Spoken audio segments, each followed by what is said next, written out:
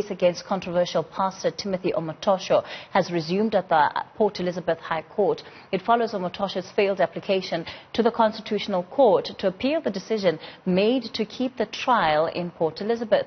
The first witness has already detailed abuse at the hands of the pastor. Well, what impact will this retrial have on the mental health of witnesses? For this, we're joined by clinical psychologist Dr. Saths Cooper. Thank you so much for your time tonight, Dr. Cooper.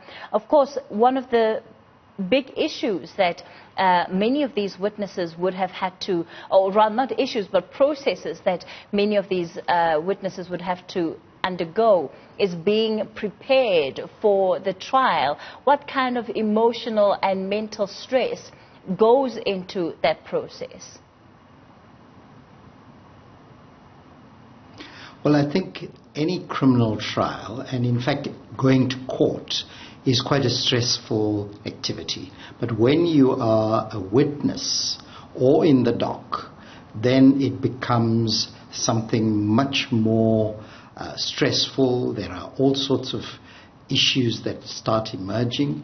And if you're in the unfortunate position of some of the witnesses, particularly the young woman who already testified and who was put through a very grueling and sometimes injuring cross-examination process, it means that she has to steel herself to prepare for this retrial, if you like, to repeat herself, and she's going to be stopped along the way to say, you said X and you didn't say Y, and she's going to be going through a torrid time. So I think we need to be quite empathetic to the fact that she's going to also experience a resurgence of some of the trauma that she would have felt at the time that these incidents were happening to her. So she's going to have flashbacks. She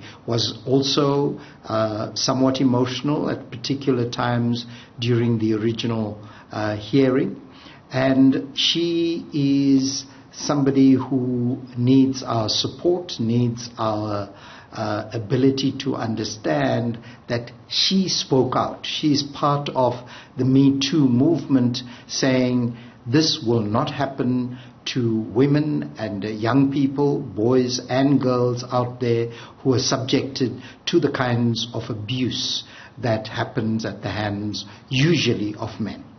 Trauma is one of the significant things that many of these women will have to confront. Some of them, have been going through this process with Omotoso where they were sexually violated, as they've alleged, for periods of years.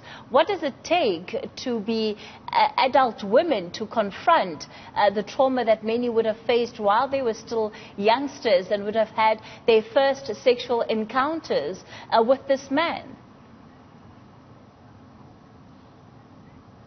Well, from what we know already, many of them were groomed by this man, and now that they are young adults, they have gone through terrible emotions, terrible trauma to stand up and make the accusation, because in our society we tend to want to shove these things under the carpet, particularly when it is people in senior positions. And if you're a minister of the church, then people will tend to side against you when you raise things like this. And it requires an enormous amount of courage, enormous amounts of strength for young people like the ones who have stood up and made the accusations to face court and to face grueling cross-examination from persons who are hired to debunk and to make one weak in the witness box. But I think so far, the one witness that has been there has shown that she's made of sterner stuff. And all power to her in what she's going to confront when the trial reopens. All right. Let's leave it there for tonight. Dr. Saths Cooper, he is with the Pan-African Psychology Union. We're going to take a short break here on News at Prime, your headlines, and then we talk budget after this. Do stay with us.